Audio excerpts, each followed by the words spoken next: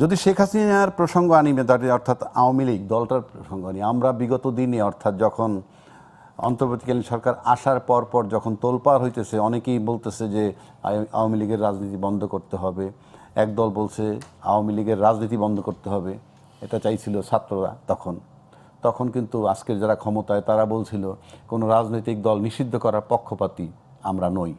এটা জনগণ যদি চায় কখনো, সেটা আমি জানি না, এটা ভেক্টর জনগণ কিভাবে চায়, চাইতে হয় রাজনৈতিক দলের পক্ষ থেকেই, ইন্ডিভিজুয়াল জনগণ কোনো শক্তি না। তখন তারা এই কথাটা বলছে, কিন্তু আজকে আবার যখন আমরা দেখলাম যে আওয়ামী লীগের দলটাকে নিষিদ্ধ না করলেও এখন পর্যন্ত তাদের কার্যক্রম যে নিষিদ্ধ সেটা এখনও বহাল রইল।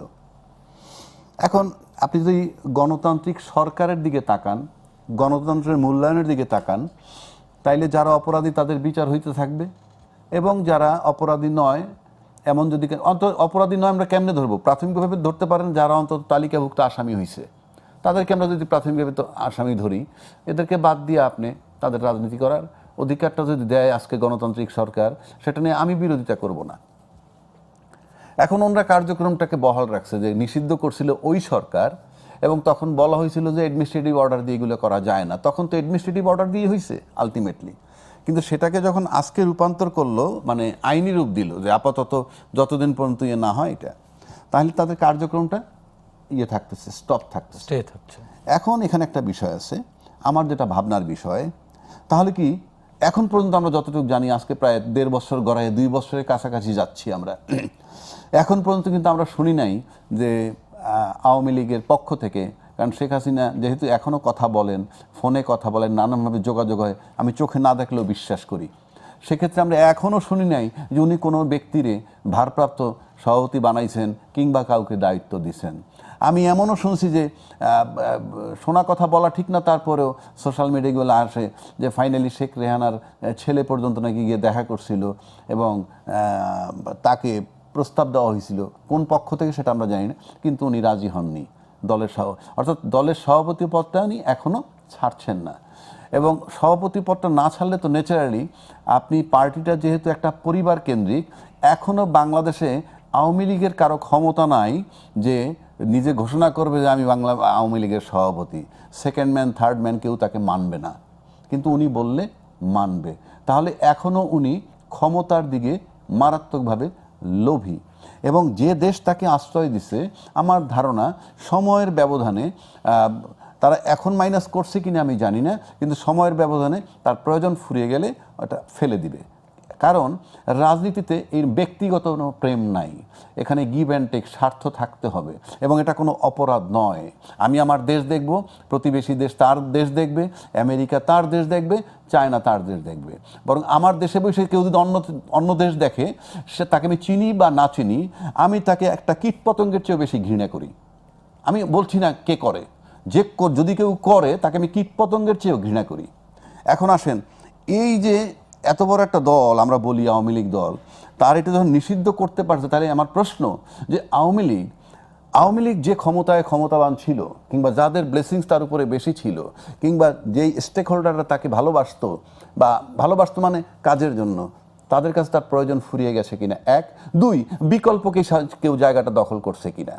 তা না হলে আমার কাছে মনে হয় না যে এত দ্রুত সিদ্ধান্তের মধ্যে আওয়ামী লীগের কার্যক্রম, একটা নির্বাচিত সরকার, বিশেষ করে যারা বলছিল নির্বাচনের আগে যে এটা এইভাবে কার্যক্রম বন্ধ করা যায় না, তারা যখন সেটাকে বহাল রেখেছে, তখন আমার কাছে মনে হয় যে ওই জায়গাটা অন্য কেউ নিয়ে গেছে, কিংবা নেওয়ার চেষ্টা করছে, কিংবা আশ্বস্ত করছে আমরা নিতে পারবো, সে যেই হোক, এটা আমার প্রশ্ন না। সেকেন্ড থিং হইল, যদি তাই হয় তাহলে কি লং রানে বাংলাদেশে এখন ভাবা হচ্ছে জামাত কিংবা এনসিপি তারাই বিরোধী দলে কেউ থাকবে? কারণ আওয়ামী লীগ আর দ্বিদলীয় শাসন, আমরা এই দুইটা দলই তো বড় দল, তো সেক্ষেত্রে এখন কি চিন্তা ভাবনা এরকম হচ্ছে যে বিরোধী দল হিসাবে জামাত কিংবা এনসিপি? তা না হলে আপনি এত বড় দলটাকে কার্যক্রম নিষিদ্ধ করে দিলেন, উল্টা দিকে যদি আমরা দেখি, ওইদিকে আন্তর্জাতিক ট্রাইব্যুনালের যে আদালত, সেখান থেকে কিন্তু চিফ প্রসিকিউটর সরাই দিচ্ছেন, আগে যে ছিল সরাই দেওয়ার পর আমার বলতে হবে না ওটার হাল হকিকত কী, ওটা যে আগের চেয়ে 20 ভাগের 1 ভাগ ফর্মেও নাই এটা বোঝা যায়, তাহলে তাকেই বা আমি সরাবো কেন? সব কিছু মিলে একটা জটিল সমীকরণের দিকে যাচ্ছে বলে আমার কাছে ব্যক্তিগতভাবে মনে হয়। আর আজকে যদি আওয়ামী লীগ এই শেখ হাসিনার জন্য যদি পদ না ছাড়েন আর তার জন্য যদি তার দলের দুরবস্থা হয়, সেটার দায় শেখ হাসিনা নিজেই থাকবেন। এটাকে বলে লোভ মোহ। লোভ মোহ এমন পর্যায়ে গেছে যে সেখান থেকে সে ফিরে আসতেছে না। এইবার আসেন দায় মুক্তি। বঙ্গবন্ধু শেখ মুজিবুর রহমান সাহেবকে যখন হত্যা করা হয়, তারপরে কিন্তু একটা ইন্ডেমনিটি হয়েছিল, সেটাও কিন্তু পাক্কা 20-21 বছর পর ওপেন হয়েছে। এটার মানে হচ্ছে এই দায় মুক্তি এমন একটা জিনিস, যারা ঘটনাটা ঘটায় একটু ওই রাজাকারদের মাফ করে নাই, করছিল যুদ্ধাপরাধীদের, ওই সাধারণ ক্ষমা করছিল, সাধারণ ক্ষমা ঘোষণা করছিল, যুদ্ধাপরাধের করছিল।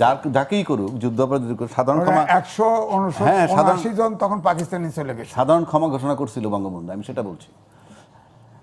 অর্থাৎ যারা ঘটনাটা ঘটায় তারা তাদের সেফটির জন্য একটা ট্রেডিশনালি দায় মুক্তি চায়, ইন্ডেমনিটি চায়।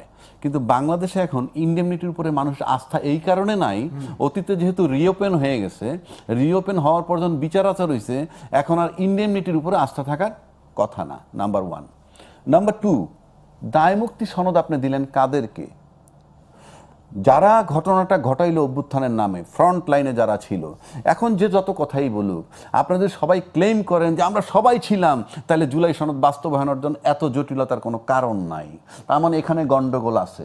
তাই এই যে দায় মুক্তি আপনি দিতেছেন যাদেরকে, আমার প্রশ্ন হলো বিরোধী দলে তারা আছে এখন, যদি আমি ছাত্রদেরকে ধরি, তাদের একটা বিল উত্থাপন করা দরকার প্রথমত পার্লামেন্টে, যে দায় মুক্তি দিচ্ছেন কেন?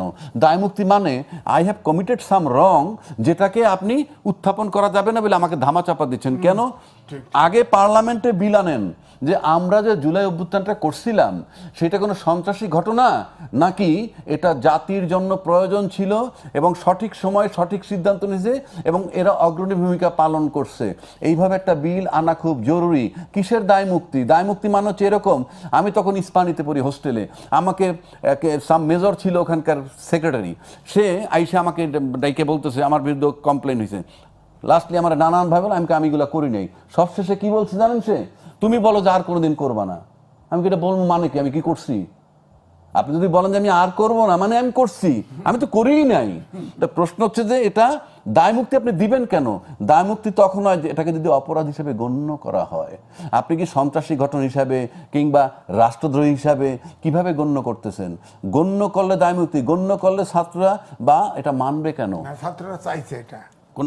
আমি ছাত্ররা চাইছি, আমি তো বলতেছি বিল রাজনীতিতে শেষ কথা বলতে কিছু নাই। আমরা নির্বাচনের আগে গণভোট করেছি, নির্বাচন করার পর বলতেছি গণভোট আইন নাই, আছে না? তা আমরা বলতে পারবো না কেন? আমরা তো সবার সেফটির জন্য বলতেছি, দায় মুক্তি কোনো বিষয় না। কেন বলছি?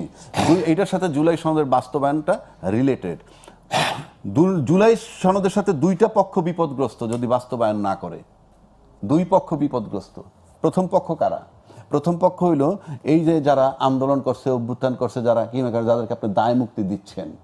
এই দায় মুক্তি তো যে কোনো সময় ইন্ডেমনিটি উইথড্র করে তার বিচার করা যাবে, 50 বছর বয়স, 70 বছর বয়সেও তাদের। আর যারা আজকে টেক ওভার করছেন তারা কিন্তু জুলাইয়ের যে অভ্যুত্থান তার বেনিফিট নিছেন। গল্প আপনি মুখে যতই করেন, ওই বেনিফিট নাইলে 29 সাল পর্যন্ত বৈশা থাকতে হইতো, আরও 100 রান পিটাইতে পারতেন। 300 রান পিটাইছেন এর আগে, আর 100 রান পিটাইতে পারতেন, সরকার যাইতো না, 29 সাল পর্যন্ত বসে থাকতে হইতো। তো সে কারণে তাদের সেফটিও দরকার। কেন বলছি? তারা ফুল টাইম সংবিধানের কথা বলতেছেন, ফুল টাইম সংবিধান ভায়োলেট করতেছেন। কিভাবে? আপনি সংবিধানে যতক্ষণ মধ্যে এক্সিস্টিং যা যা আছে তা যদি ফলো না করেন তাহলে ভায়োলেশন অফ কনস্টিটিউশন। সংবিধানের 4 ক বঙ্গবন্ধুর ছবি ঝুলছে না। সংবিধানের 6ষ্ঠ তফসিল, সেখানে স্বাধীনতার ঘোষক বলা আছে বঙ্গবন্ধুকে, অথচ আমরা লেখা আছে একটা, পড়তেছি আর একটা এখন সভা সমিতিতে নানান জায়গায়। তাহলে এই যে ভায়োলেশন অফ কনস্টিটিউশন, এখানে এটার জবাব দিচ্ছে পার্লামেন্টে কি? আমরা তো সেজন্যই সংশোধন চাই। আপনি সংশোধন করে যেদিন এগুলো সরাই দিবেন ওই দিন তো শেষ, ওই দিনের পর থেকে অসুবিধা নাই, কিন্তু তার আগ পর্যন্ত এই অপরাধ হচ্ছে যতক্ষণ তো সংবিধানটা বহাল আছে। তাইলে এই যে দায় মুক্তি যাদেরকে দিতে যাচ্ছেন এরাও বিপদগ্রস্ত হবে।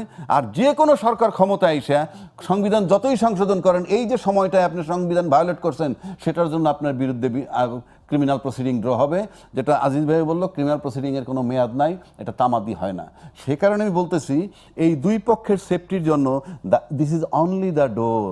জুলাই সনদ বাস্তবায়ন গণভোটের আলোকে যেটা আসছে আপনি করেন, আপনি নিশ্চিত থাকেন দুই পক্ষ সেফ। এখন যেটা তো কথা বলেন আপনি দুই পক্ষ কিন্তু সেফ না। কেন সেফ না? আপনি আওয়ামী লীগ বাদ দেন, কালকে যদি তৃতীয় একটা দল ক্ষমতা আসে, কোনোভাবে ক্ষমতা আসে, অল্প সময়ের জন্য যদি আসে, for the time being, even যেভাবে সংসদটা আগাচ্ছে আমরা দেখতেছি, আমরা এই যে নেপালের রেফারেন্স দেয়, কেউ নেপালের আদা রেফারেন্স দেয়। নেপালের ইতিহাস বলতে হবে 2008 সালে তার রাজতন্ত্রের পতন হয়েছে। 2008 সাল থেকে 2025 সাল পর্যন্ত 14 বার সরকার বদল হয়েছে, 14 বার।